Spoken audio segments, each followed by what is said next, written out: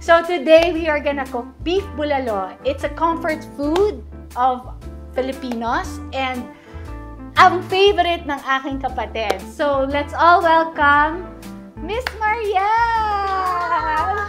Hello! Hi! Welcome to Taraluto Oo, tayo! excited ako. Ako subscriber, tigasunod ng Taraluto tayo. So I'm so excited and so happy to be here. Lalo na nung nalaman ko na bulalo yung lulutuin natin today. Yes! Yung pagpapalambot ng beef brisket kasi matagal pag ginawa natin na slow cooker. Ito yung ano na to, yung brisket na malambot na hopefully. Yes, mukha siyang mabango at parang malambot na malambot. Alam, malalaman makikita mo na eh. ako. Ano siya?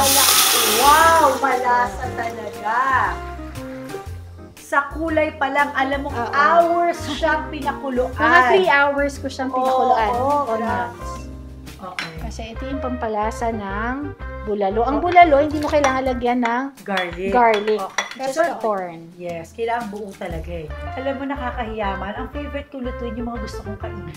So, nilalagyan lang natin ng konting luya para mawala yung anggo ng beef. Yung patatas and yung corn kasi matagal sila. O, kamusta? Kumukulo na ba? Kumukulo na siya. So, lagay na natin yung corn na. Patis muna. Patis. Ay, oh my God. I love patis. So, ang next natin is yung matigas na gulay, which is the Baguio beans. Repolyo. Actually, pag-isip mo, complete meal na siya eh. Bigyan ko rin ng saba. Nakita ko. So, magkakaroon siya ng sweeter effect. Yes. Ako, the more na tinitikman ko, lalo akong, oh my gosh, kakain na tayo. Ganon. Ganado ka kahit pa rin. nakailang beses pa akong tikim, ako lalo na siya sumasarap. Ang Baka bigla sarap, kang grabe. Sobrang malasa. Yung parang feeling mo pag kinakain mo, parang gumagaling ka. Thank you so much. Thank you!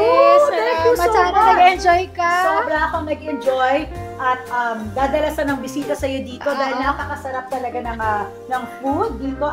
And thank you so much for inviting me today. So thank much, you. Mariel. Thank you. Thank you. Bye!